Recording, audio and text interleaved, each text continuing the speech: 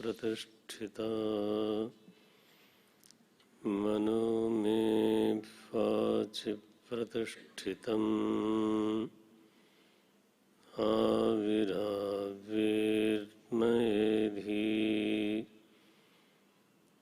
वेदस्य मानिस्थः श्रुतं मे मा प्रहासीः अनेनाधीतेन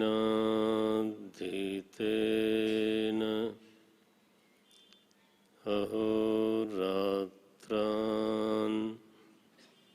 संदधामि श्रुतं वदिष्यामि सत्यं वदिष्यामि तन्माम् अवतु तद्भक्तार्थमवतु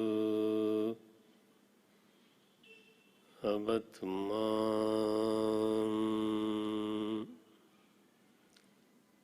अवतु भक्तारम् अवतु भक्तारम्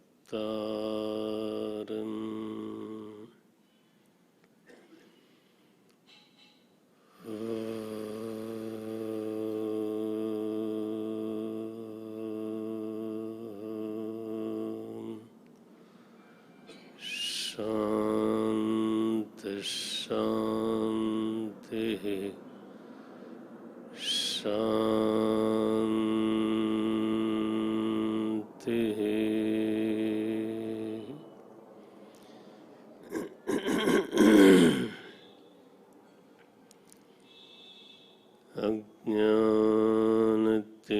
अज्ञानतिमिरान्धस्य ज्ञानाञ्जनशलाकया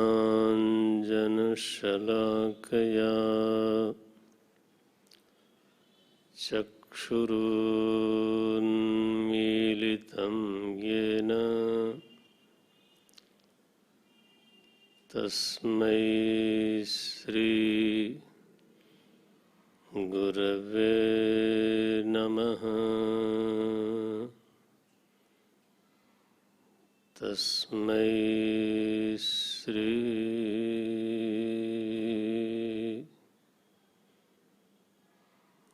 गुरवे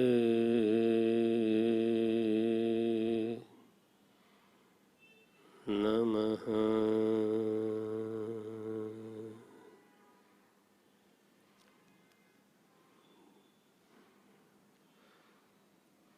श्री राम जय राम जय जय राम।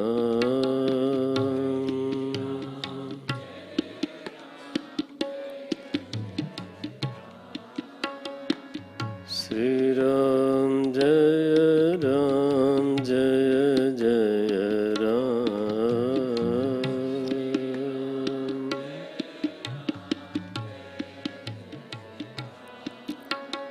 श्री राम जय राम जय जय राम।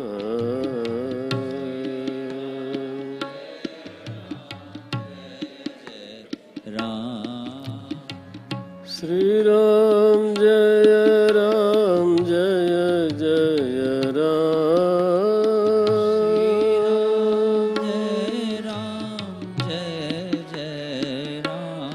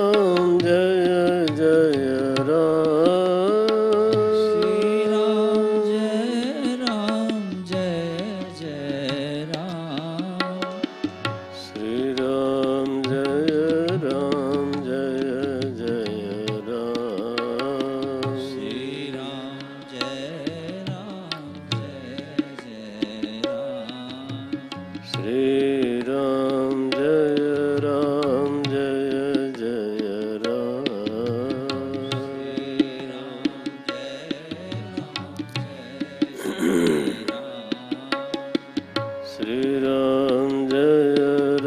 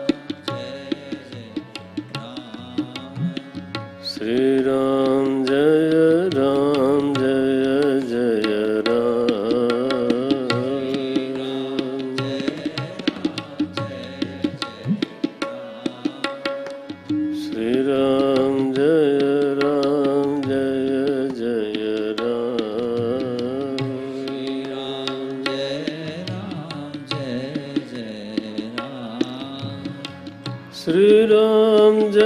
श्री राम जय जय राम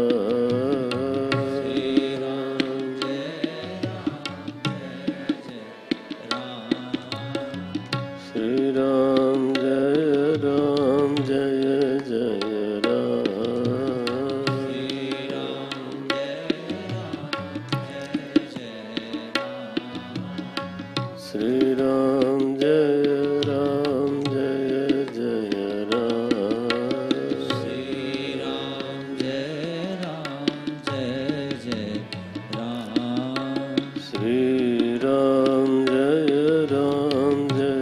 जय राम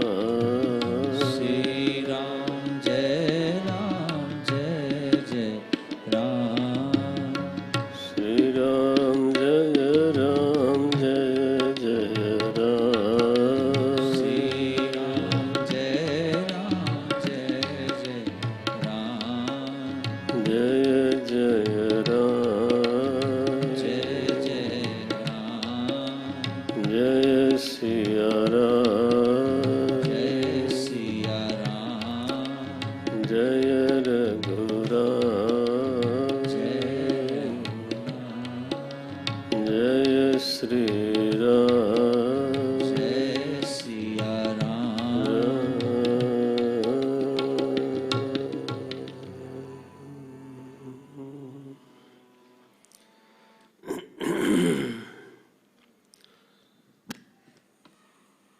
गोस्वामी जी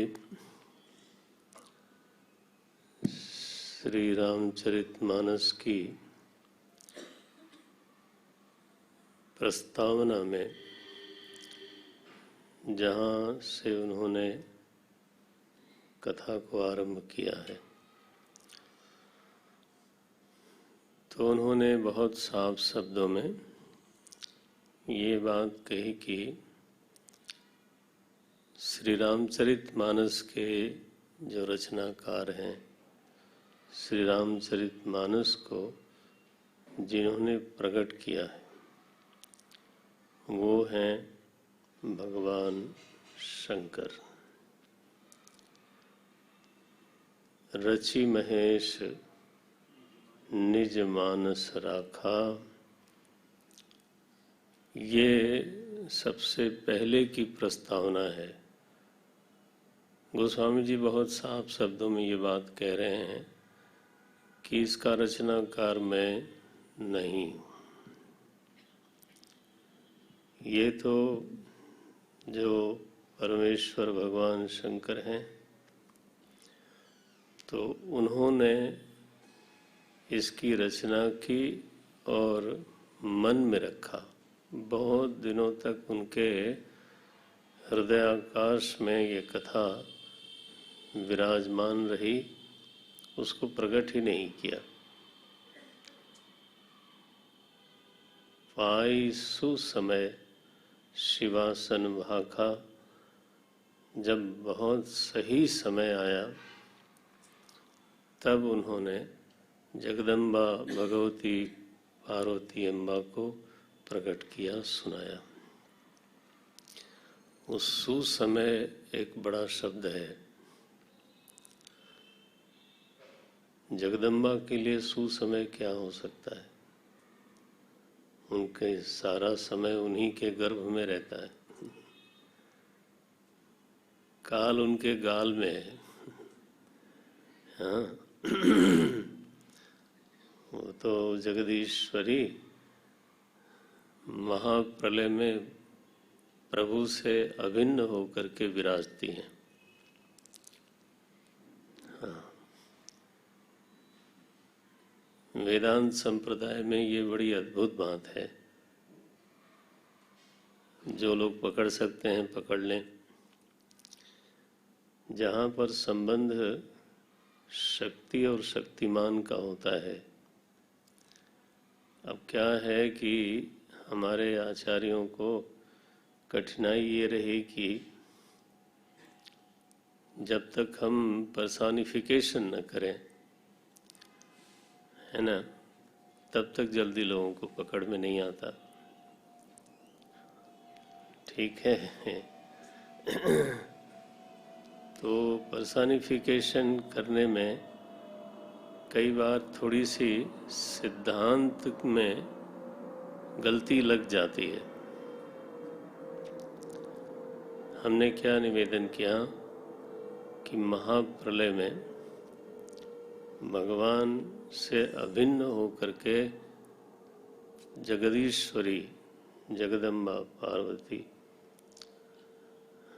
हमारी आराध्या, तो वो वहाँ विराजती हैं अभिन्न होकर के। हाँ, भेद वहाँ पर उपस्थित नहीं है, लेकिन जब भगवान शंकर को एक मनुष्य के रूप में देखते हैं और फिर जगदम्बा पार्वती को देखते हैं तो वहाँ लगता है कि दोनों दो सत्ताएं हैं,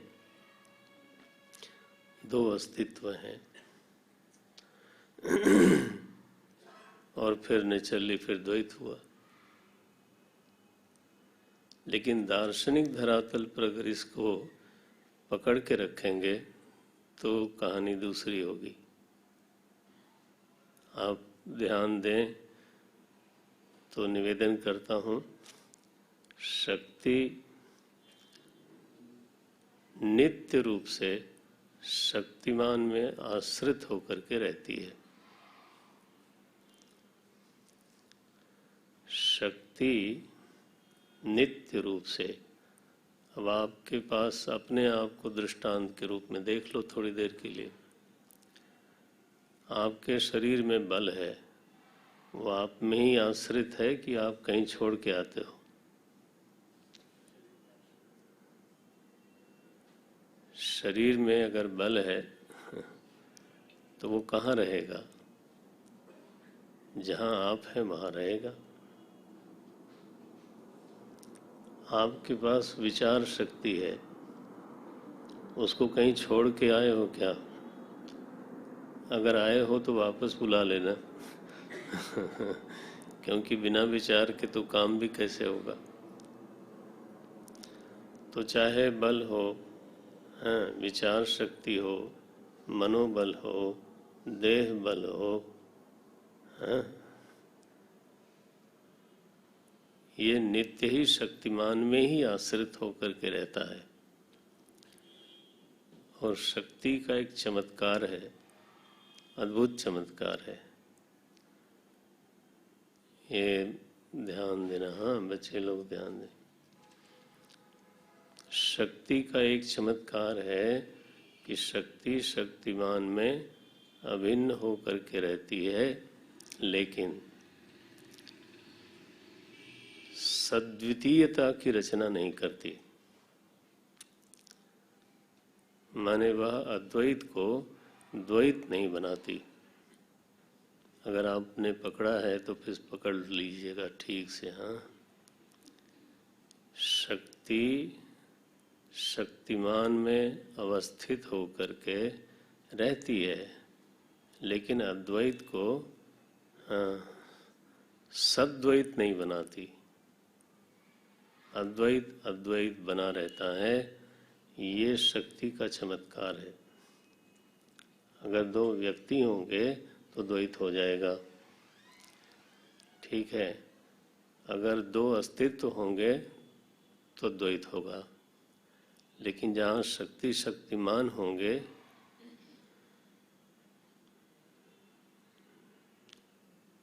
आप देखते हैं जहाँ शक्ति शक्तिमान होंगे वहाँ पर द्वितीयता की स्थिति नहीं बनेगी। तो इसलिए अद्वैत जैसे का तैसा सुरक्षित। आश्रय यानी आश्रित वस्तु आश्रय को सद्वितीय नहीं बनाती। एक अद्भुत बात है। इसलिए ये जैसा हम लोग साधारण रूप से जब पढ़ लेते हैं कि प्रकृति पुरुष, वो हो सकता है कि वहाँ थोड़ी गलती रह जाए। वेदांत संप्रदाय का सही शब्द है शक्ति शक्तिमान। तो ईश्वर शक्ति स्वरूप और शक्ति है माता जी और भगवान शंकर। अब ये दोनों अभिन्न हैं, तो सुसमय का क्या मसला है फिर? हर समय ही उनके लिए सुसमय है। तो उसके पीछे एक लघु कथा है। लघु क्या है, विशाल भी है वो। सुसमय जगदम्बा के जीवन में कब आया, वो लीला करती हैं हम लोगों को समझाने के लिए। सती के रूप में वो पहले थीं, दक्ष कुमारी। वो सती के रूप में थीं पहले, और वहाँ तो मायके के प्रति प्रेम होना बड़ा स्वाभाविक होता है। तो गई अपने पिताजी के बिना बुलाए उनके यहाँ चली गई। वहाँ देखा कि शिव जी का अपमान हो रहा है। तो अब ये दुविधा होती है हम लोगों के जीवन में। जब शिव जी के पास थी तब पिताजी की बहुत याद थी, और जब पिताजी के यहाँ गई, हो गया ना। जब पिताजी के पास गई तो देखा शिव जी का अपमान। शिव जी का अपमान तो मैं सह नहीं सकती। और उन्होंने योग अग्नि में अपने शरीर को भस्म किया। क्यों भस्म किया? उन्होंने कहा ये तुम्हारे जरिए, तुम्हारे माध्यम से यह शरीर मुझे मिला है। मैं ऐसे शरीर में रहना भी नहीं चाहती जहाँ पर शिव जी का अपमान होता हो। ऐसी पतिनिष्ठा है। तो एक कथा ये हो गई, ठीक हो गया। अब इसके बाद देखो जन्म बदल गया। फिर पर्वत नरेश हिमालय की पुत्री होकर के जन्मी। कथा आप सबको मालूम ही है। हिमालय की पुत्री होकर के जन्मी। वहाँ उन्होंने घोर तपस्या करी।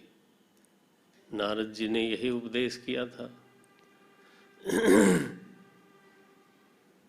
तो अगर तपस्या करें तो फिर शिव सरीखा अगर पति होगा तो सारे अवगुण गुण में बदल जाएंगे। तो नारद जी के उपदेश से वो चली गई तपस्या करने, और उन्होंने घोर तपस्या करी। शिव जी के यहाँ राम जी आए याचना करते हुए कि अगर आप कृपा करो तो मैं आपसे एक चीज मांगता हूँ। बोले प्रभु आप बताओ क्या मांगते हो? यह मोई मांगे देहु। बोले मैं मांगता हूँ आप ये दीजिए। क्या दीजिए? पार्वती जी से विवाह कर लीजिए। ओ महाराज, फिर शिव जी के यहाँ से कई बार परीक्षक दल गया होगा, सप्तर्षियों लोगों ने परीक्षाएं ली और परीक्षा उनकी हो गई। अद्भुत संवाद है वहाँ पे। जो लोग रसिक हैं और रामायण जी को पढ़ते हैं, अभ्यास करते हैं, अद्भुत संवाद है। तुम्हारे जान काम अब जा रहा। जब ऋषियों ने कहा कि काम को तो शिव जी ने जला दिया और काम की वजह से ही विवाह होता है, तो काम जल गया तो अब विवाह का कोई हेतु ही नहीं बचा। लो, तो मुस्कराई। वो बोलती हैं, अच्छा तो तुम अब तक सोच रहे थे कि शिव जी अब तक कामी थे। तुम्हारे जान काम अब जा रहा। अब लगी शंभु रहे स्वीकारी। अब तक तुम कैसे ऋषि हो? डांट दिया माता जी ने।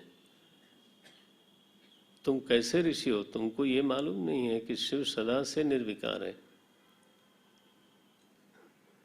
डांट लगाई, भागे बोल। महाराज खैर तो विवाह हुआ। अब देखो इतनी तपस्या करी, इसके बाद विवाह हुआ और फिर शिव जी के साथ एक दाम्पत्य जीवन चलता रहा। एक दिन भगवान शंकर समाधि से उठे तो पार्वती अम्बा सामने गईं, तो उन्होंने बाएं भाग में आसन दिया। उसका मतलब है कि वो दाम्पत्य को स्वीकार करते हैं, अभिनंदन करते हैं। तो उनको स्मृति आ गई कि कभी कुछ कारणों के वजह से तो हमारा वियोग हो गया था। तो यहाँ आकर के वो प्रश्न करती हैं, शिव जी से प्रश्न करती हैं। तो जब प्रश्न किया उन्होंने, तो उसको याद करके ये लिखा गया, पाई सुसमय। मतलब ये है कि दक्ष कन्या है तो थोड़ी दक्षता थी उनमें, थोड़ी चंचलता थी। दक्षता माने हाँ, थोड़ी चंचलता थी। अगस्त ऋषि के पास कथा सुनने गई थी तो उनको लॉन और बगीचा देखने चली गई। सुने उस शंभु, वहां केवल ये लिखा कि शिव जी ने सुना, सती जी ने सुना नहीं। दक्षता थी ना, थोड़ी चंचलता थी। जन्म बदलने के बाद भी प्रश्न का हल नहीं हुआ। आप सोचो, तो जिज्ञासा जो है वो तो जब सद्गुरु उपदेश करें तभी मिटती है। जन्म बदल जाने से जिज्ञासा का हल नहीं होता। ऐसा नहीं होता कि 2-4 जन्म हम ले गए तो हमारे प्रश्न समाप्त हो जाएंगे। जन्म लेने से अगर प्रश्न समाप्त हो जाते हैं तो अब तक कितने जन्म हो चुके हैं? कोई गिन सकता है? अब तक तो अनंत जन्म हो चुके हैं, लेकिन प्रश्न तो हल नहीं हुआ। प्रश्न तो अधिकारी हो करके, जिज्ञासु हो करके जब सद्गुरु की शरण मिलती है, महापुरुष संश्रय, जब शरण मिलती है वो स्वीकार कर लेते हैं, तब फिर उपदेश शुरू होता है। ये सुसमय है। तो मैं अगर संक्षेप करके बोलूं तो दक्ष कुमारी सती को श्रद्धा रूप में प्रकट होने, प्रस्तुत होने में जितना समय लगा, वो जब समय आया तब उसको बोलते हैं सुसमय। अभिप्राय ये होता है कि हो सकता है कि कोई व्यक्ति दक्ष हो सकता है, लेकिन जरूरी नहीं कि वो रामचरित का अधिकारी हो। श्रद्धा और जिज्ञासा मिलके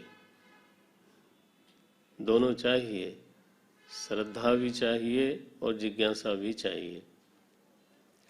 मान लो श्रद्धा बहुत है, श्रद्धा कई बार तो आदर का निर्माण करती है जीवन में। तो लौकिक रूप से तो कभी कभी ऐसे भी बोल देते हैं महात्मा लोग, आदर माने क्या, थोड़ा डर। आदर है ना, तो दर का द की जगह ड लगा दिया उन्होंने, बोले आ किंचित। तो हम देखते हैं जब हम लोग विद्यार्थी भाव में होते हैं तो थोड़ा डर भी तो होता है, वो भी जरूरी है। तो श्रद्धा का एक रूप ये भी है। आप क्या गाते हो ना रामायण में, भवानी शंकरौ वंदे श्रद्धा। तो श्रद्धा तो है, लेकिन श्रद्धा के साथ साथ एक और चीज चाहिए, उसका नाम है जिज्ञासा। गीता जी में इसका निर्देश किया, तद्विद्धि प्रणिपातेन। बस इतना नहीं लिखा, केवल प्रणिपात से काम नहीं चलता, गीता जी ऐसा बोलती हैं। वैसे तो कोई कहना चाहे तो कह ले कि एक बार समर्पित हो गए तो हो गया काम, लेकिन भगवान ने ऐसा नहीं माना। उन्होंने क्या कहा, तद्विद्धि प्रणिपातेन, फिर परिप्रश्नेन। माने प्रणिपात है, समर्पण है, लेकिन प्रभु बोलते हैं, भगवान कृष्ण बोलते हैं कि प्रणिपात है, समर्पण है, वो ठीक है, लेकिन उसके साथ जिज्ञासा भी चाहिए, तभी तो प्रश्न आएगा।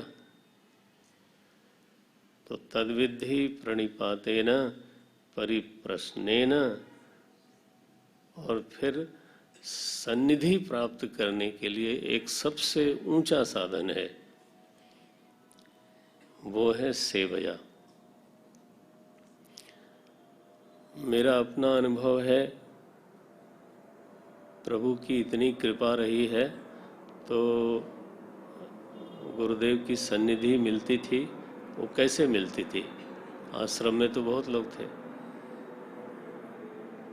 लेकिन जो उनका नैकट्य है, उनकी नज़दीकी है, उनके आसपास बने रहने का जो सौभाग्य है, तब तक बने रहना जब तक वो सो न जाए, और फिर उनके, अब उस समय तो उनका स्वास्थ्य भी ऐसा था, तो पहले पहुंचना, ठीक है ना। अब उनकी स्मृति आ गई। अगर मैं 15-20 मिनट वहाँ पे गैर हाजिर हूँ तो पूछते थे, वेरी जी, मैं उसको, वो स्मृतियाँ हमारे लिए सुनहरी स्मृतियाँ हैं। गुरु याद कर ले तो बड़ी बात है। तो बस वो भागे हुए पहुँचते थे। लेकिन आप ध्यान रहे कि ये सन्निधि मिली कैसे, सन्निधि बनती कैसे है। सन्निधि बनती है सेवा से।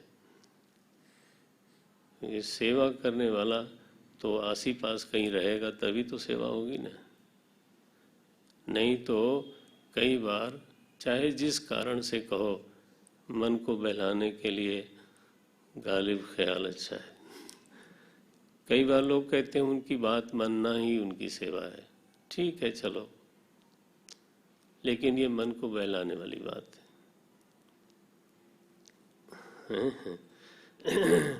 कई बार बात मानने में तो गुरु से दूरी भी हो जाती है,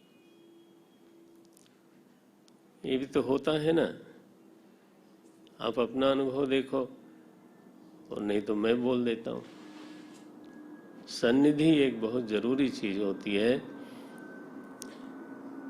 महापुरुष संश्रय कैसे होगा?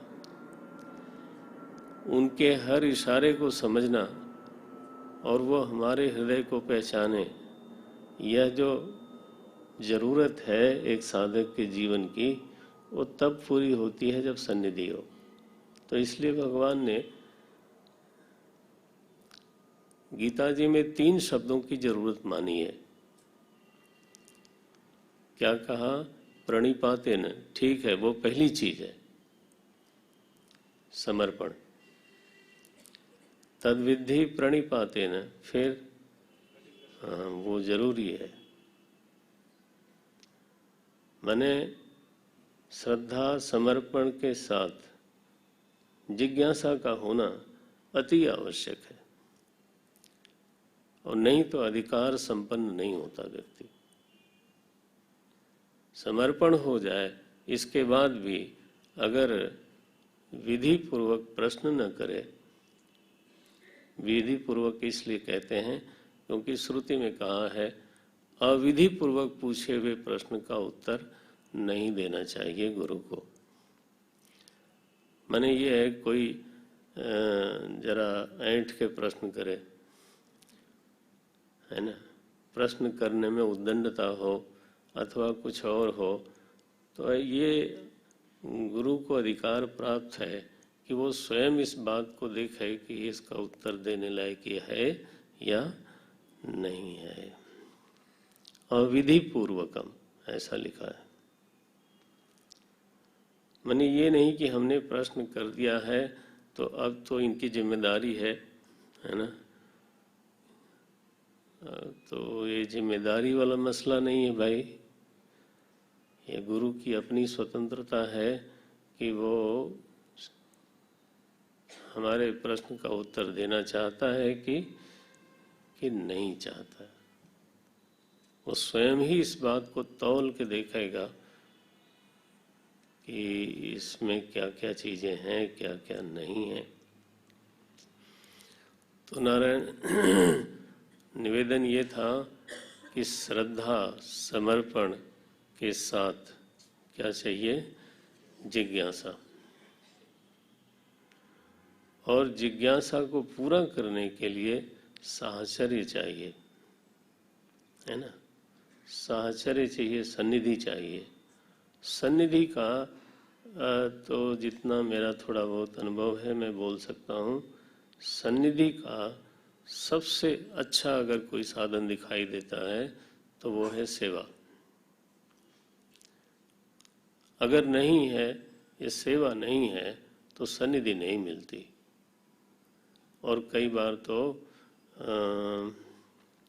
कदाचित किसी कारण से दूरी बढ़ जाती है, ऐसा भी होता है। तो सेवया, ये गीता जी के शब्द हैं, बड़े मार्मिक हैं। तद्विद्धि प्रणिपातेन परिप्रश्नेन सेवया। फिर गुरु क्या करेंगे? तो उनके लिए आदेश नहीं दिया गीता जी में कि ऐसा करोगे तो मैं आज्ञा देता हूँ। गुरु का कर्तव्य है, ऐसा नहीं कहा। उन्होंने क्या कहा? उपदेक्षन्ति ते ज्ञानम। वो तो अगर सही जिज्ञासु मिला तो वो उपदेश करेंगे ही। This should be taken for granted, वो होगा ही। पहले ऊपर वाली शर्तें आप पूरा कर लो। ऊपर वाली शर्तें प्रणिपातेन परिप्रश्नेन सेवया। फिर उपदेक्षन्ति ते ज्ञानम ज्ञानिनस् तत्वदर्शिना। जो तत्वदर्शी है उसका स्वभाव है, जैसे ही उसके सामने जिज्ञासु उपस्थित होता है तो मानो उसके ज्ञान के जो संस्कार पड़े हुए हैं वो जाग जाते हैं। नहीं तो उपदेश में रुचि भी क्यों हो, ठीक है ना। तो ये सुसमय है। एक समय ऐसा आया जब माता जी पहुंची वहां और पहुंच के चुप बैठी रही, ऐसा नहीं, ऐसा नहीं, पहुंच करके वाम भाग में भगवान शंकर ने आसन दिया, लेकिन वो चुप रही, ऐसा नहीं, उन्होंने प्रश्न किया। इसको बोलते हैं सुसमय।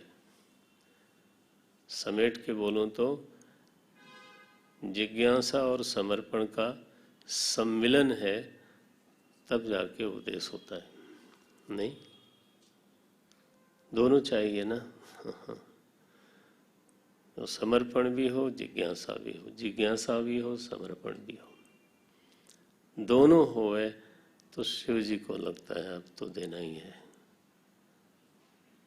तो भगवान से प्रश्न किया माता जी ने, और प्रश्न सुनते सुनते, कल मैंने बोला था, शिव जी को समाधि लग गई। प्रश्न सुनते सुनते उनको समाधि लग गई। 2 दंड ध्यान में बने रहे। अब बताओ, जल्दीबाजी वाला शिष्य होता तो शायद उनको हिला के देखता। नहीं, तो शिष्य शिष्य था ना, सुसमय वाला शिष्य था। मगन ध्यान रस दंड जुग पुनि मन बाहिर कीन। फिर उन्होंने अपने मन को न चाहते हुए भी बाहर निकाला। हम लोग अपने मन को अंदर नहीं कर पाते।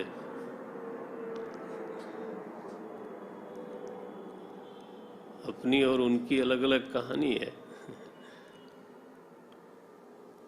वो प्रश्न सुनते सुनते उनका मन भीतर गया और निकलना नहीं चाहता। एक दशा है, और फिर उनको निकालना पड़ा मन को। पुनि मन बाहर कीन। फिर उन्होंने अपने मन को बाहर किया, क्योंकि पार्वती जी वहाँ विराजमान थी, तो उनको उपदेश देना शुरू किया। पाई सुसमय शिवासन भाखा। ये प्रथम श्रेणी के श्रोता और वक्ता हैं। भगवान शंकर वक्ता हैं, माता जी श्रोता हैं। अब हम तो ऐसे बोलेंगे कि भगवान शंकर वक्ता हैं और ब्रह्म विद्या स्वयं श्रोता है। ब्रह्म विद्या किसको बोलेंगे, किसके संदर्भ में प्रकट होती है? जहाँ पे जिज्ञासा भी हो, समर्पण भी हो, दोनों चीजें हों। तो ये कथा हुई, शिव जी ने कथा करी। गोस्वामी जी याद करते हैं, वो बोलते हैं, रचि महेश निज मानस राखा पाई सुसमय। बहुत बढ़िया समय उपस्थित हुआ। मैंने थोड़ी सी व्याख्या कर दी। सुसमय क्या होता है? जब जिज्ञासा और समर्पण दोनों मिले होते हैं, तब उसको बोलते हैं सुसमय। पाई सुसमय शिवासन भाखा। तो हमारे मालिक साहब ने उपदेश आरंभ कर दिया। तैसन जाग बलिक पुनि पावा। वहीं से एक गुरु परंपरा चली। आपके सूचना के लिए बोल देता हूँ, ये कोई ज्ञान तो नहीं है, लेकिन सूचना जरूर है। वाल्मीकि जी की गुरु परंपरा अलग है। वाल्मीकि जी की गुरु परंपरा में गुरु कौन है? नारद जी। नारद जी से उन्होंने ये प्रश्न किया था, कौन वस्ति सांप्रतम लोके गुणवान कस्य वीर्यवान। नारद जी से सवाल है। शिष्य रूप में वाल्मीकि हैं और नारद जी गुरु बन करके प्रकट हुए। तो वो एक गुरु परंपरा अलग चलती है। गोस्वामी जी ने जो गुरु परंपरा का वर्णन किया, तो वो अध्यात्म रामायण की गुरु परंपरा है। अगर आप अध्यात्म रामायण पढ़ेंगे तो ऐसी ही कथा मिलेगी वहाँ पर। वहाँ पे वक्ता शिव जी और श्रोता जगदम्बा, ये है। तो इसलिए दो दो परंपराएं हैं। याज्ञवल्क्य ऋषि शिव जी के ही उपदेश परंपरा में आते हैं, और याज्ञवल्क्य जी से फिर भरद्वाज जी को मिली। बोले आपको कहाँ से मिली? मैं पुनि निज गुरु सन सुनी। निज, हाँ, ऐसे घूमते फिरते नहीं। मैं पुनि निज गुरु सन सुनी, कथा सो सूकर खेत। शुक्र क्षेत्र में गुरुदेव के चरणों में बैठ के मैंने यह उपदेश सुना। तो ये श्री रामचरितमानस की एक गुरु परंपरा है। आज अवसर इस तरह का है तो उसका एक बार स्मरण जरूर कर लेना चाहिए। उन्हीं से काकभूषुंडी जी को मिली थी, शिव जी से ही मिली थी। तो दूसरे वक्ता प्रकट हुए, क्या नाम हुआ? काकभूषुंडी। ठीक हुआ। और काकभूषुंडी जी से गरुण जी को प्राप्त हुई। कल हम लोगों ने थोड़ा ये पृष्ठभूमि देखी थी। श्री रामचरितमानस की ये प्रस्तावना है, आप ऐसे समझ लें कैसे उन्होंने विषय को प्रस्तावित किया। प्रस्ताव शब्द तो आप सुनते ही रहते हैं। प्रस्ताव पारित हुआ, प्रस्ताव नहीं पारित हुआ। नहीं, जरा संस्कृत वाला ले लें। प्रस्ताव कैसे उन्होंने प्रस्तुति आरंभ करी, किन निमित्तों से। अच्छा भाई, तो काकभूषुंडी जी कथा करते करते करते करते तो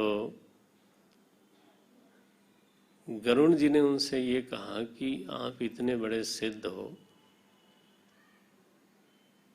आपका ऐसा प्रभाव है कि जब मैं आपके क्षेत्र में आया, जहाँ आप रहते हो उस क्षेत्र में आया, तो मेरी अविद्या उड़ गई।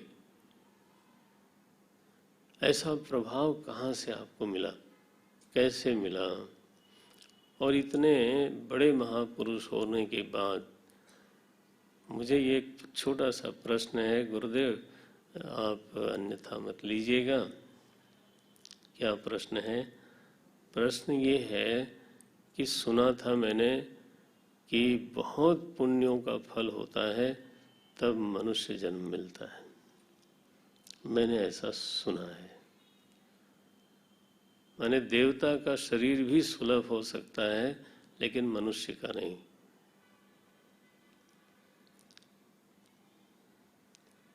क्योंकि ये मनुष्य ही है जिसके जीवन में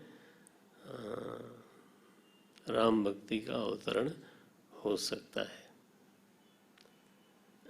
ठीक है ना? इस तरह से कहा गया। देवता तो जरूर उसकी शक्तियां ज्यादा हैं, वो अनुग्रह कर सकता है, वो निग्रह कर सकता है, लेकिन नर सहस्रम सुनहु, हाँ, को एक पाव, किसी को मिल जाती है भक्ति। तो ऐसा दुर्लभ शरीर है मनुष्य का, वो मनुष्य चाहे समझे या ना समझे। एक दिन हम बात कर रहे थे, उसी दिन आया हुआ था, तो वो श्लोक बोला मैंने चिद्रूप के साथ सामने। ये तो सृष्टि बनी है, उसके 3 प्रयोजन बताए, बल्कि 4 प्रयोजन बताए। वो दिन बात हो रही थी ना। तो बोले बुद्धि इंद्रिय मन प्राणान, ऐसे कोई श्लोक था ना, शायद स्मरण ना हो, कोई बात नहीं, प्रभु कृपा से मुझे स्मरण में है। अभी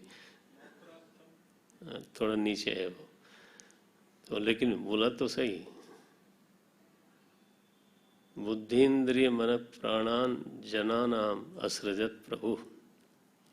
अब आया दूसरा, मात्रार्थम भवार्थम च आत्मने अकल्पनाय च। ये है, ये 10वें स्कंद में बहुत गंभीर मंत्र है ये।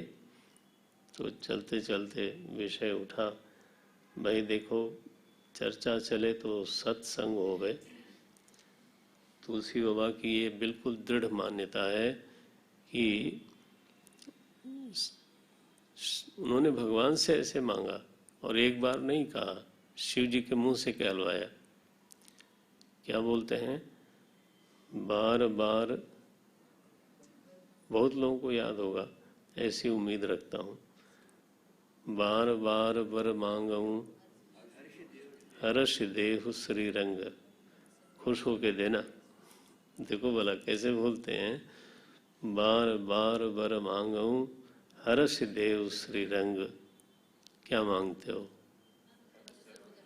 बोले पद सरोज अनपायनी भगति।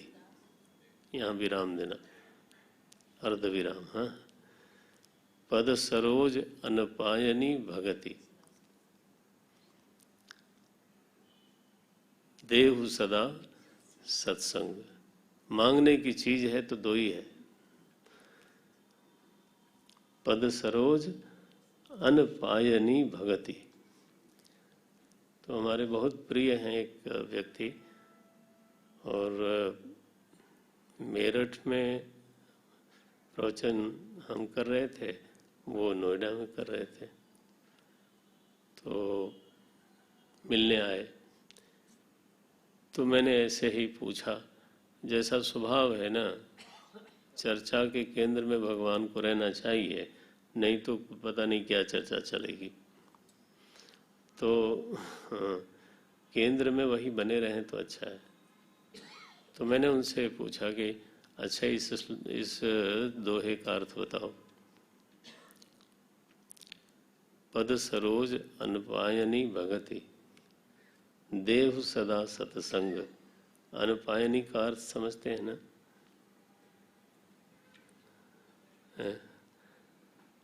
अनपायनी का अर्थ क्या करेंगे? अपायन का अर्थ होता है वियोग, है ना? अपादाने पंचमी, व्याकरण ले लो थोड़ा सा। अपादाने पंचमी, पंचमी विभक्ति का प्रयोग होता है अपादान में। तो भगवान ने क्या बोला, यहाँ हम वर मांगते हैं कैसे? अनपायनी, माने ऐसी भक्ति दो जिसका वियोग हृदय से कभी न होए, ऐसा अर्थ है उसका।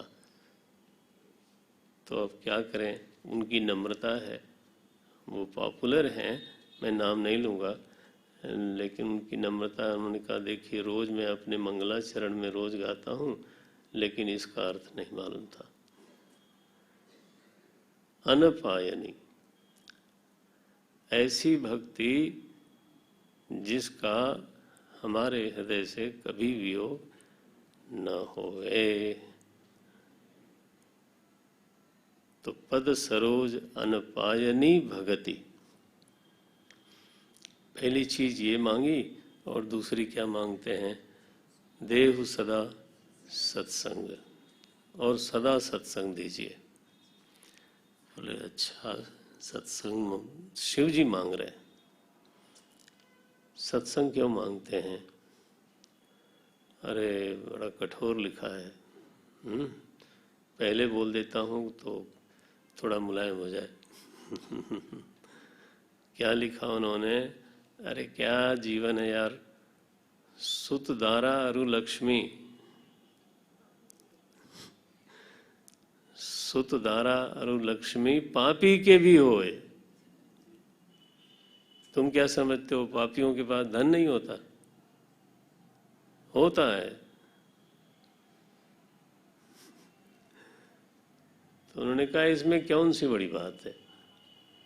सुत दारा अरु लक्ष्मी पापी के भी होए, लेकिन संत मिलन अरु हरि कथा तुलसी दुर्लभ दोए। ये नहीं मिलता सबको।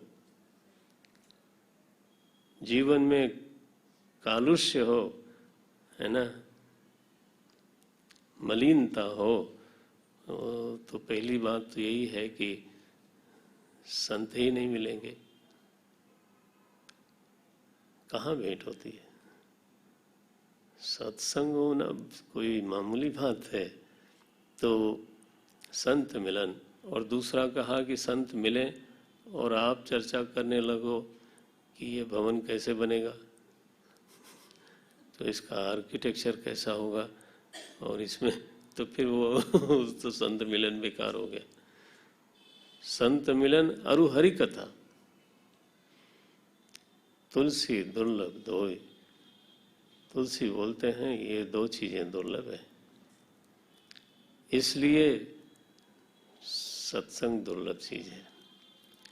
तुलसी बाबा से पूछा क्या है ये सत्संग की महिमा इतनी क्यों? भक्ति की महिमा तो हम मानते हैं, सत्संग की इतनी महिमा क्यों? तो गोस्वामी जी लिखते हैं वहां, बिनु सत्संग न हरि कथा। दुनिया भर की कथा होगी, हरि कथा नहीं होगी। इकोनॉमी पे चर्चा कर लेंगे, राजनीति पे चर्चा कर लेंगे, वोट के ऊपर चर्चा कर लेंगे, और हो सकता है वर्ल्ड पॉलिटिक्स में को भी डिस्कस कर लें। कहाँ क्या हो रहा है, क्या होना चाहिए। माने ट्रम्प से नीचे बात ही नहीं करता आदमी। अब बताओ भला, लेना देना कुछ नहीं, लेकिन फिर वो एक अजीब सा नाम है वहाँ पे, कोई पोम्पियो। अरे मैंने सुना तो नहीं है, तो सही नाम। मैंने कहा रखने वाले ने क्या रखा नाम। तो भाई दुनिया की चीज हम डिस्कस कर लेते हैं और करते हैं, और समय बीत जाता है, दिन भर में यही करते हैं। तो इसलिए गोस्वामी जी ने लिखा, बिनु सत्संग न हरि कथा। सत्संग होता मजबूरन है, फिर तो अब बैठेंगे तो फिर कोई श्लोक ही पूछ लेंगे तो शुरू हो जाएगा, कोई चौपाई पूछ लेंगे तो शुरू हो ही जाएगा। बिनु सत्संग न हरि कथा, और हरि कथा नहीं होगी। कथा माने कथम इति। कथा का अर्थ होता है कथम, भगवान का स्वरूप कैसा है। ये कथा एक शब्द है, कथनम कथा, ऐसे एक वाक्य बनता है। और एक है जैसे यथा, यथा माने जैसे, तथा माने वैसे, अन्यथा माने दूसरी तरह से।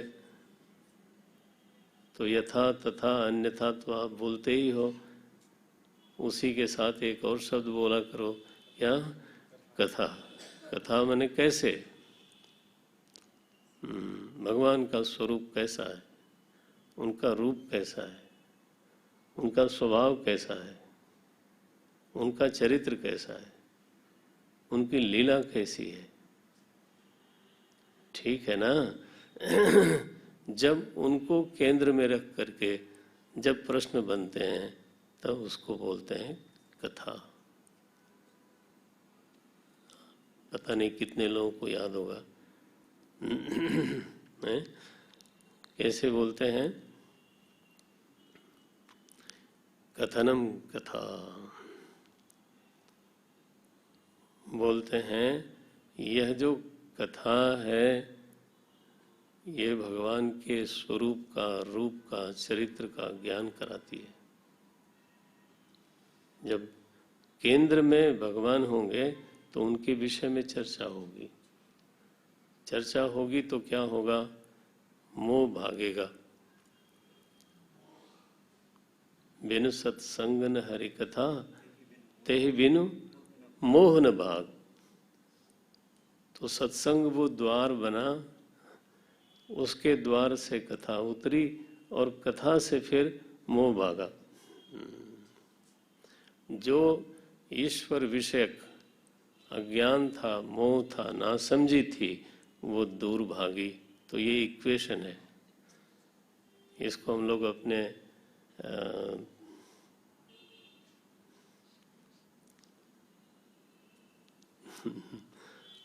व्याकरण में, और जब थोड़ी दूसरे ढंग की सभा होती है, विद्वत सभा होती है, तो उसको हम बोलते हैं अभिनव भाव।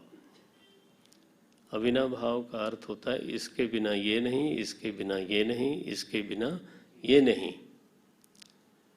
जैसे आप बोलते हो ना, कारण के बिना कार्य नहीं, बोलते हो ना, देखो तो इसका क्या मतलब हुआ? कार्य का कारण से अभिनव भाव होता है। कैसे वाक्य बनाएंगे? कार्य का कारण से अभिनव भाव, कारण के बिना कार्य संभव नहीं है। तो अब गोस्वामी जी कैसे बोलेंगे? गोस्वामी जी बोलेंगे बिना सत्संग के हरि कथा संभव नहीं है, और हरि कथा के बिना मोह नहीं भागेगा, और मोह गए बिनु राम पद होई न दृढ़ अनुराग। अब देखें, बिना बिना बिना बिना ऐसे चल रहा है। रामायण तो महाराज ऐसा प्रौढ़ ग्रंथ है, गंभीर ग्रंथ है कि अगर सच में उस पर कोई लगा दे तो फिर तो बस। अब देखो, ये अभिनव भाव, अगर व्याकरण पढ़ा हो, न्याय पढ़ा हो, तब ये शब्द आएगा। इसके बिना ये नहीं, उसके बिना ये नहीं, उसके बिना। हाँ, मोह गए बिनु राम पद होई न दृढ़ अनुराग। तो मोह गए बिना अनुराग की सिद्धि नहीं होती, प्रभु में अनुराग की सिद्धि नहीं होती। अच्छा, नहीं होती तो उसके बिना मिलहि न रघुपति बिनु अनुरागा। हम देखो बोला, बिना जाके यहाँ पूरा होता है। मिले ही न रघुपति, भगवत प्राप्ति का जो मुख्य हेतु है, साक्षात हेतु है, वो अनुराग है। मिले ही न रघुपति बिनु अनुरागा, किए जोग जप जाग विरागा। साफ हो गया, पूरी चौपाई साफ साफ कह दी। इसलिए सत्संग द्वार है, सिंहत द्वार है, वहीं से प्रवेश मिलता है। ठीक हो गया? तो गोस्वामी जी ने कहा, देव सदा सत्संग, मांगने की चीज है तो यही है। और नारद जी ने कहा, दुस्संग सर्वथैव त्याज्य। दुस्संग अगर जीवन में आ रहा है तो सर्वथैव, हर तरह से वो त्याज्य है, उससे दूरी बनानी चाहिए। आजकल तो हम पानी भी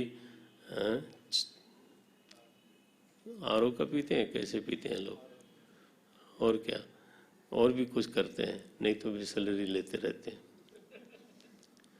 तो पानी में तो वी हैव ट्रेमेंडस चॉइस, लेकिन संग किसका कर रहे हैं, इसमें we don't have any choice. ये क्या बात हुई? जो जीवन को सबसे अधिक प्रभावित करने वाली चीज है, वहां पर वी आर नॉट चूजी।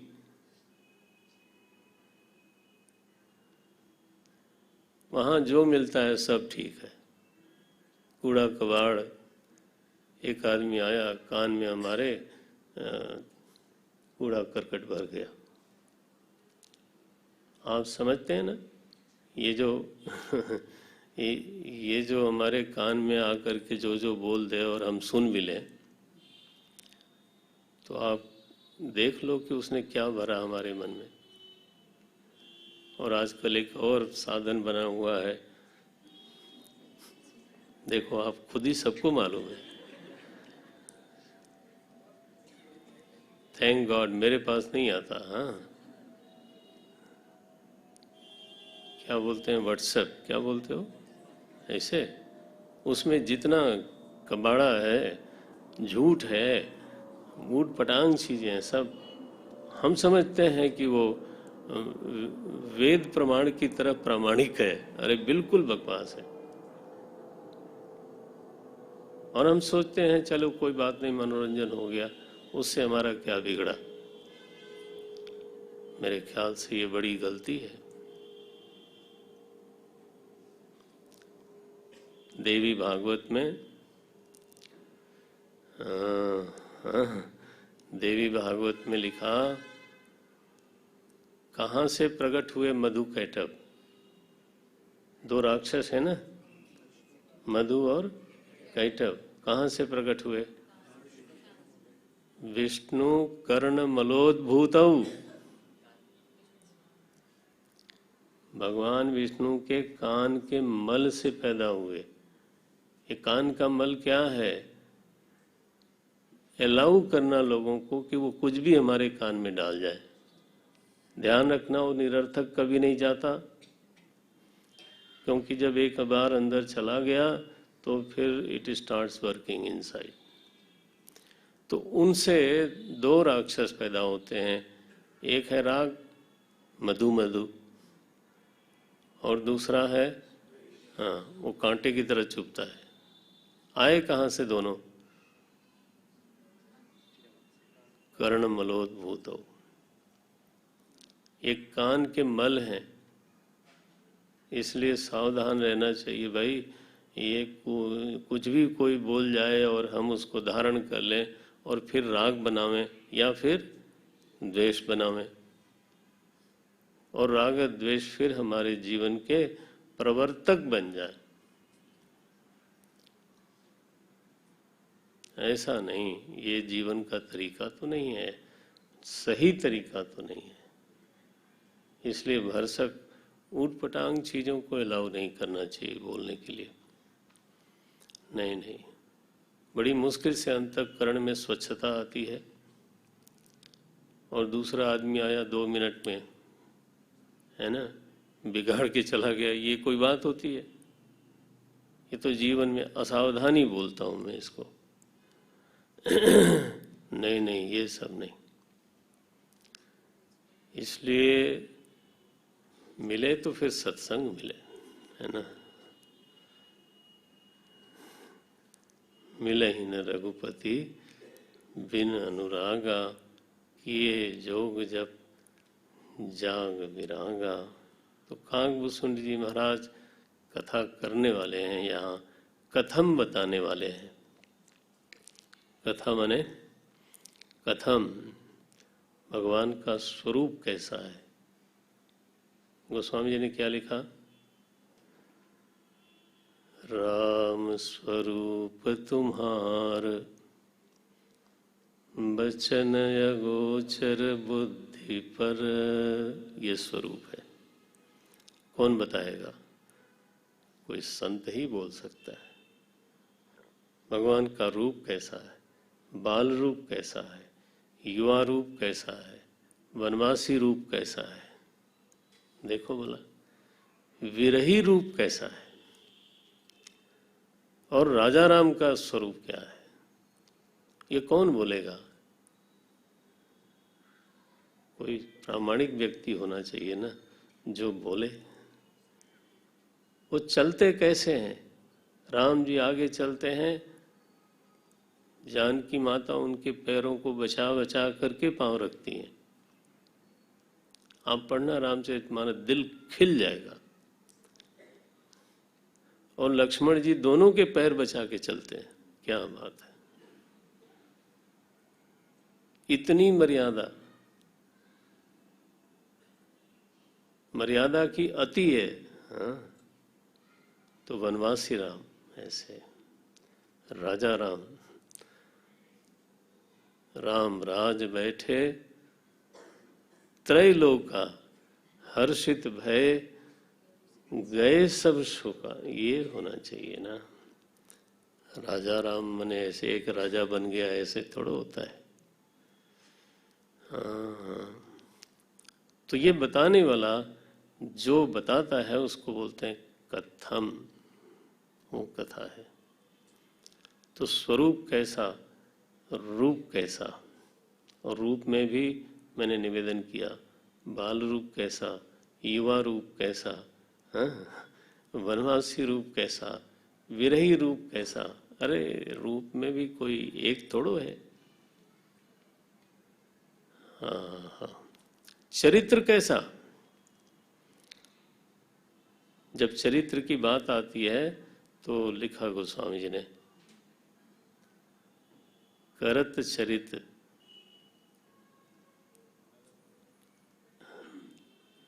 हम दूसरी तरफ देख रहे थे।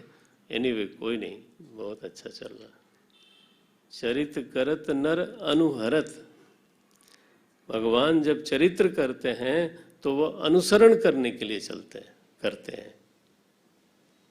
भगवान जब लीला करते हैं तो लीनाति लीला, लीनाति जो लीन कर दे अपने में।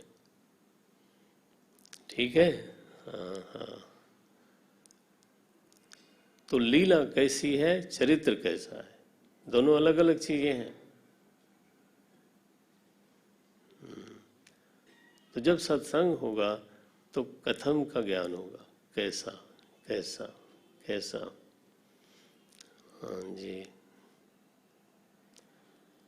लीला तो ऐसी है, यहाँ वहाँ दुई बालक देखा ये लीला हो गई। माता जी परेशान हो गई, क्या हो गया। लीला तो ऐसी है कि भगवान कृष्ण गोद में थे और यशोदा जी उनका लाड़ प्यार कर रही थी। बीच में ये कन्हैया महाराज तो बड़े ही लीला पुरुष हैं भाई, तो बीच में उनको जमाई आई या उन्होंने ली, पता नहीं क्या ली उन्होंने। मुंह खोला ना, छोटा सा बच्चा हो मुंह खोलता है, तो मुंह खोला तो यशोदा जी देखती हैं, देखा अरे इसके मुंह में क्या बवंडर है, पूरा ब्रह्मांड घुसा पड़ा है, पता नहीं क्या है ये। परेशान हो गई, आंख बंद कर ली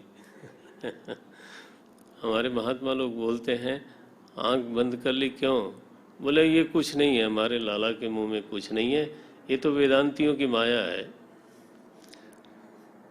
माया है माने कुछ नहीं है, माने माया है। ऐसे ही कुछ भ्रम हो गया था मुझे। तो लीला जो है ना, लीन करती है, जिसमें ये सामर्थ्य हो कि लीला में रम जाए और लीन हो जाए मन। हाँ हाँ, तो लीला क्या, स्वरूप क्या, रूप क्या, चरित्र कैसा, तो इसको बोलते हैं कथम, इसको बोलते हैं कथा। ठीक है। तो ऐसे जब कथा होती रही तो उन्होंने पूछा कि आप इतने बड़े सिद्ध हो और फिर इसके बाद आपको पक्षी की योनि मिली, ये मुझे नहीं समझ में आया। मैंने तो सुना था कि बहुत जन्मों के जब पुण्य संचित होते हैं तो फिर किसी को मनुष्य शरीर मिलता है। कैसे है, जंतूनां नरजन्म दुर्लभमतः पुंस्त्वं ततो विप्रता। ऐसे एकदम निकाला हुआ तो मजा आ जाए। हाँ, जंतूनां नरजन्म दुर्लभम अतः पुंस्त्वं ततो विप्रता आत्मानात्म विवेक। आया ना फिर। तो ये तो ऐसा सुना है मैंने प्रभु, लेकिन आप इतने बड़े सिद्ध हैं और फिर आप पक्षी योनि में हैं, ये संगति नहीं लग रही है। तो काकभूषुंड जी ने फिर उसका उत्तर दिया और यहाँ से कथा फिर शुरू होती है। एक साधक की कथा है ये, बल्कि मैं ऐसे निवेदन करूं, एक साधक सिद्ध होने तक की यात्रा, कैसे पूरी करता है, ये कथा है। समय तो हो गया। हाँ, ये कथा है। एक साधक सिद्ध होने तक की कैसे यात्रा की उसने, क्या क्या बीच में पड़ाव आए, कहाँ कहाँ विघ्न आया, उसकी कथा है ये। बड़ी समझिए कि ये बहुत उपयोगी है अगर कोई साधक जीवन में है तो। एक पंक्ति बोल देता हूँ। उम्मीद करता हूँ कुछ लोग रामायण तो लेके आते होंगे, हैं? तो लेकिन कल से मेरा निवेदन है, और निवेदन माने आग्रह भी है। हाँ। रामायण इतनी भारी भरकम पुस्तक नहीं है। आप अपनी गाड़ी लेके आते हो, उसमें रामायण नहीं ला सकते, क्या बात है। तो ये तो इतने सुकुमार लोग बैठे हैं, ऐसे नहीं होना चाहिए। हाँ, इसको बोलते हैं प्रमाद। क्या बोलेंगे? प्रमाद। और प्रमाद माने क्या? हाँ, सनत सुजातीय में ये बात लिखी, ये भी बता देता हूं कहाँ लिखी है।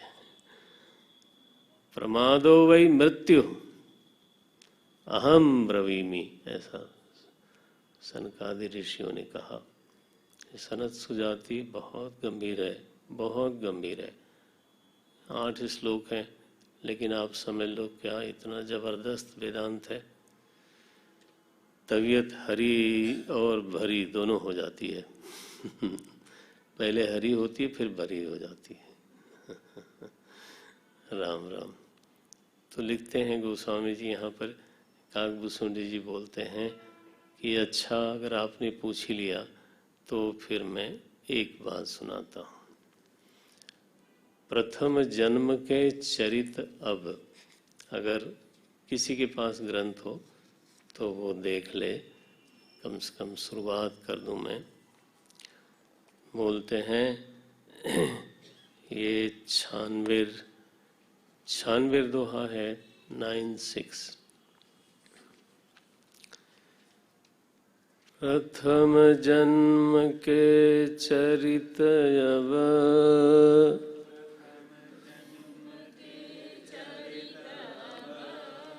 कहूँ सुनहु विहगेश,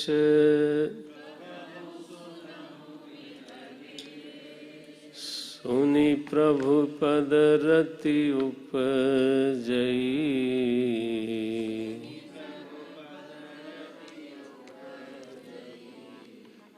जाते मिटहि कलेश।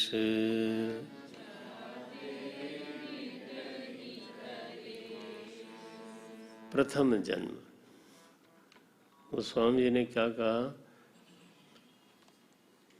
काकभूषुंडी जी शुरू करते हैं, प्रथम जन्म। ध्यान रहे, सनातन वैदिक धर्म में पहला जन्म होता नहीं, पहली गांठ बड़ी कर दी। जीवन अनादि सिद्ध है, अनंत जन्मों से। महाप्रलय होने के बाद भी नष्ट नहीं होता और फिर से उदित होता है। और कब से शुरू हुआ है ये कोई बोल नहीं सकता, इसलिए कि नहीं जानता इसलिए बोल नहीं सकता, ऐसा नहीं। वो इसलिए कि उसका आरंभ नहीं हुआ इसलिए नहीं बोल सकता। आप समझते हो ना? सर्वभूतानि बनना बन जाएगा नहीं? अच्छा चलो हम थोड़ा और बोल देते हैं। सर्वभूतानि कौन्तेय प्रकृतिम यान्ति मामिकाम, कल्पक्षये। जब कल्प का क्षय होगा तब सारे भूत, सारे जीव पहले जाके ब्रह्मा जी में जाते हैं और फिर ब्रह्मा जी मुझ में जाके सो जाते हैं। इसलिए ब्रह्मा जी का नाम है वेदांतों में सर्वजीव घनात्मक। क्या शब्द है? सर्वजीव घनात्मक। सारे के सारे जीव उन्हीं में घनीभूत होकर के सो जाते हैं और ब्रह्मा जी नारायण में सो जाते हैं। कब तक? जब तक महाप्रलय है।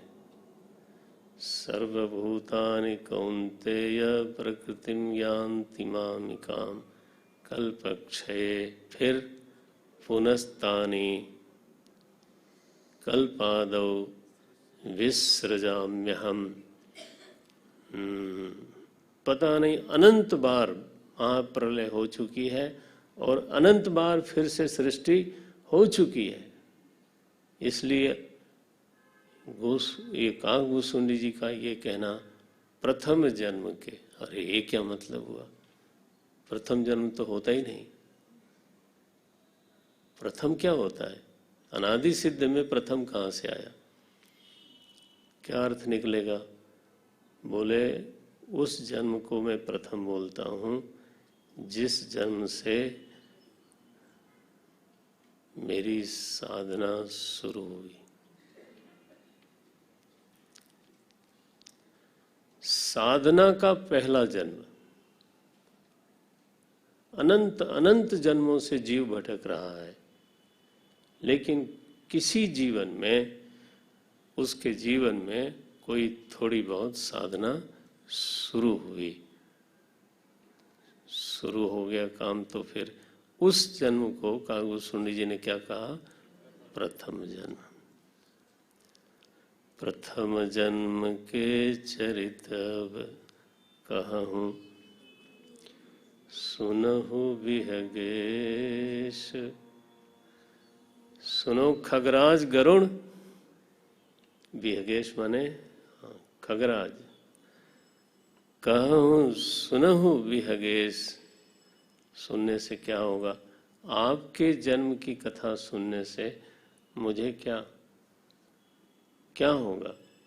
बोलते हैं बताता हूँ क्या होगा। सुनी प्रभु पद रति उपजई, ये होगा। सुनोगे मेरी कथा,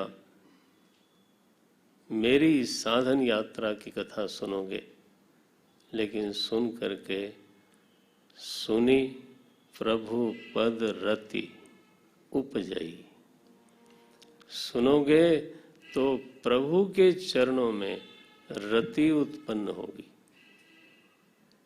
इतना बड़ा फल है। काकभूषुंडी जी के जीवन की कथा सुनने से प्रभु के चरणों में रति उत्पन्न होगी। और क्या अद्भुत वाणी है। अगर रति उत्पन्न हो गई तो आगे क्या? बोले ताते मिटहि कलेश। ये तो जीवन के जितने क्लेश हैं, अगर रति मिल गई, भगवान के चरणों में अगर रति उत्पन्न हो गई तो क्लेश मिट जाएंगे। उल्टा करके देख लो क्या बनेगा। क्लेश की निवृत्ति हम सभी चाहते हैं, क्लेश की निवृत्ति हम सभी चाहते हैं, लेकिन क्लेश की निवृत्ति होती कैसे है? बोले भगवान के चरणों में रति से। अच्छा, तो रति कैसे होती है? बोले काकभूषुंडी जी वादा कर रहे हैं कि तुम अगर मेरी साधन यात्रा को सुनोगे तो सुनी प्रभु पद रति उपजई, भगवान के चरणों में रति उत्पन्न हो जाएगी। और रति एक बार आ गई तो फिर क्लेश टिक नहीं सकता, है ना। क्लेश माने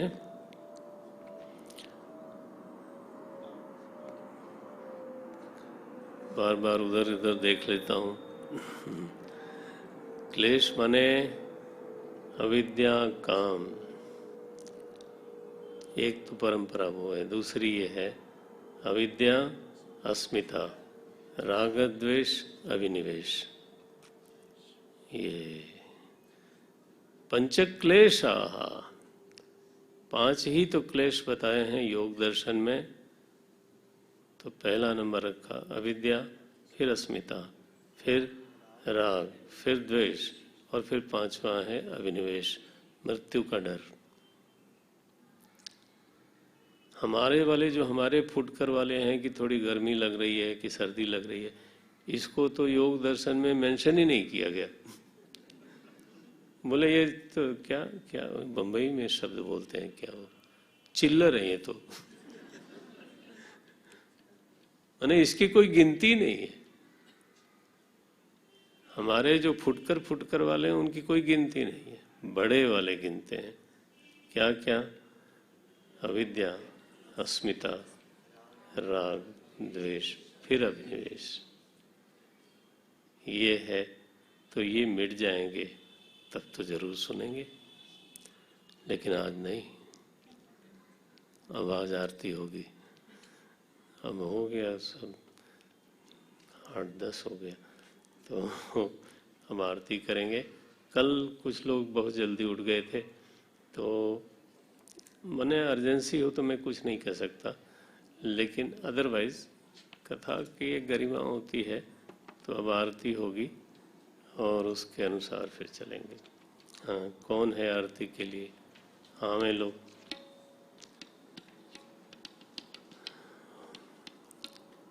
और बाकी लोग जहाँ तक संभव है आरती गाएं। हाँ, और बैठे बैठे गाएं, ऐसे हमारे लोगों की मर्यादा है। तो बैठ करके, क्योंकि उससे सुर बनता है ठीक से, तो बैठ के गाएं।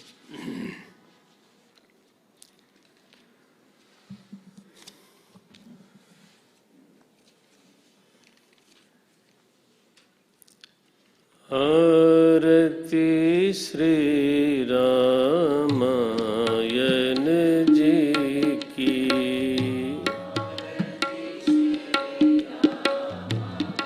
गाइए।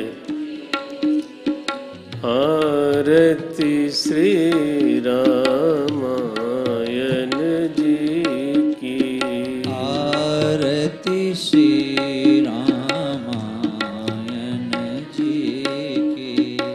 माइक नहीं चाहिए, केवल हारमोनियम रखें।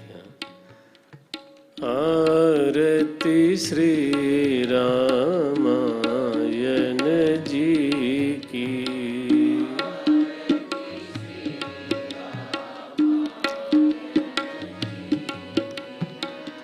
कीर्ति कलित ललित सियपी की,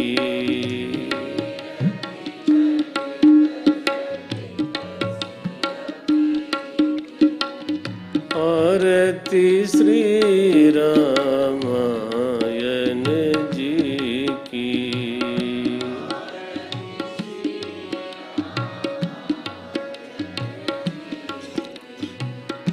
गावत ब्रह्मादिक मुनि नारद,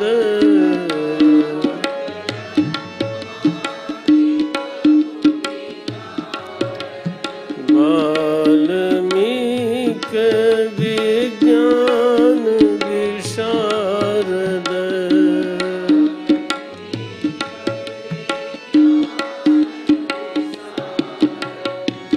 शुक सनकादि शेष शारद,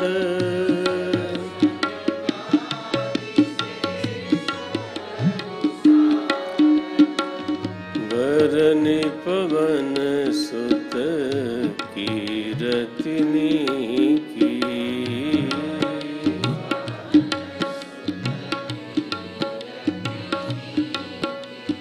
आरती श्री रामायण जी की।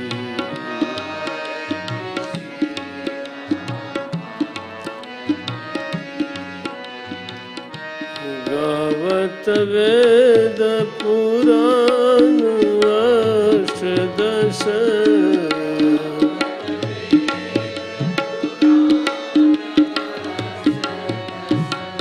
छवो सब ग्रंथन को रस,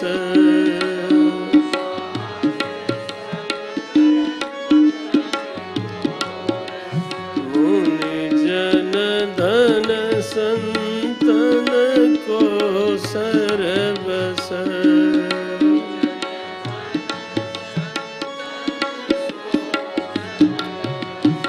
सार अंश सम्मत सब ही की,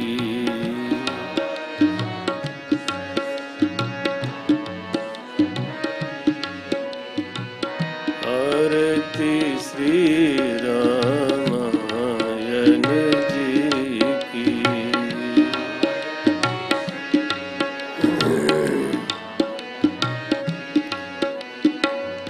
गावत संतत शंभु भवानी,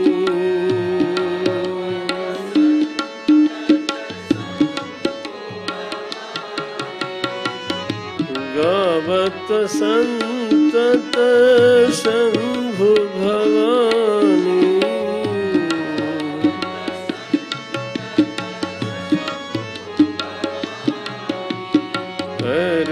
घट संभव मुनि विज्ञानी,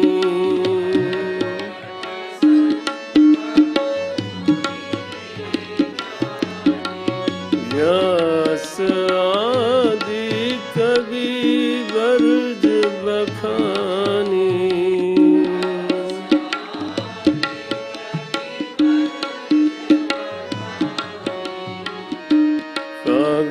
कागभूषुंडी गरुण के की,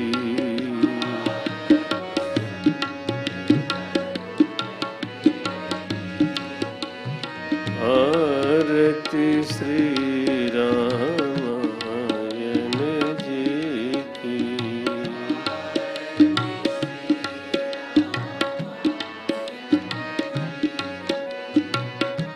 आरती श्री रामायण जी की।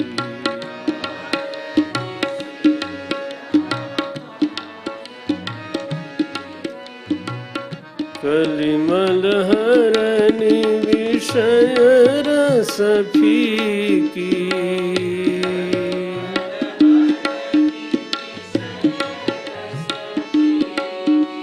सुभग सिंगार मुक्ति जुबती की,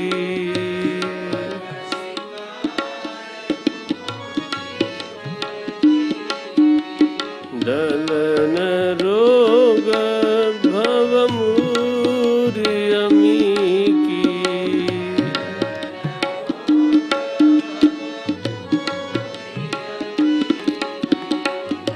आत्मात सब विधि तुलसी की,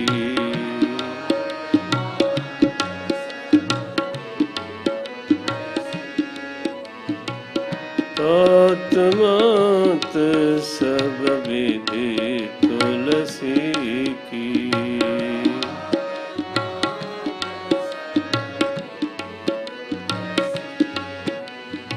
आरती श्री रामायण जी की।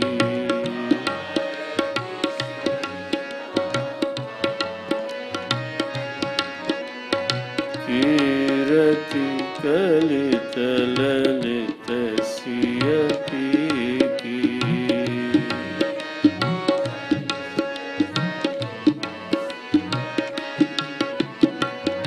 आरती श्री रामायण जी की।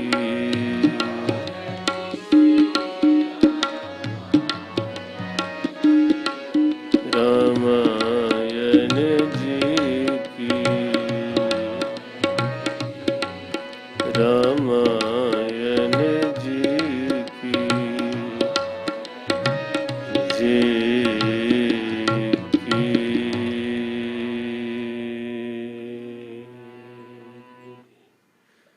सियावर रामचंद्र भगवान की। पवन सुत हनुमान की। बोलो भाई सब संतन की। सद्गुरुनाथ महाराज की।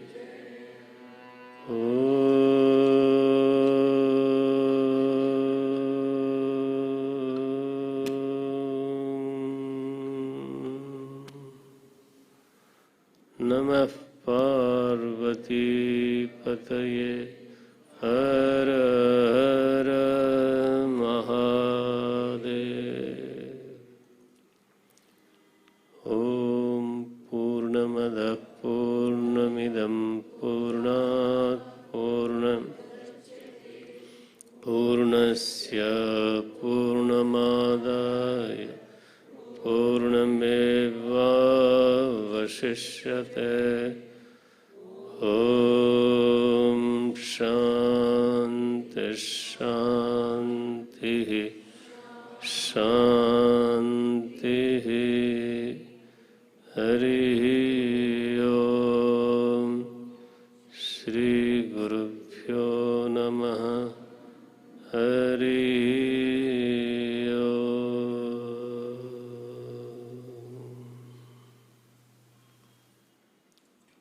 महादेव शंभो। सबको दिखाएं। आरती ले लें आप लोग अपनी जगह से। ओम हर हर महादेव।